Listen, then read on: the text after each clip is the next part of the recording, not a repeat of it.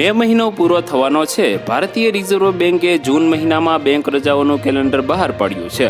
જૂન મહિનામાં સમગ્ર દેશમાં કોઈ રાષ્ટ્રીય રજા હોતી નથી, જ્યારે દર બીજા અને ચોથા શનિવારે બેંકો બંધ રહે છે। આ સિવાય આખા મહિનામાં લગભગ 11 દિવસ બેંકો બંધ રહેશે।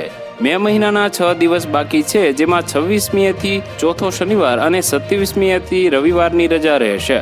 આવી સ્થિતિમાં હવે માત્ર 4 દિવસ જ બાકી છે, જેમાં તમે બેંકના કામ પૂર્ણ કરી શકો છો।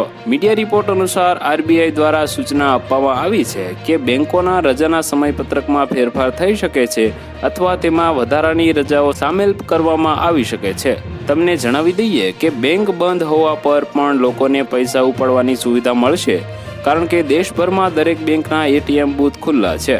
આવી સ્થિતિમાં લોકો એટીએમ બૂથ પર જઈને મશીનમાંથી કાર્ડ સ્વાઇપ કરીને પૈસા ઉપાડી શકે છે।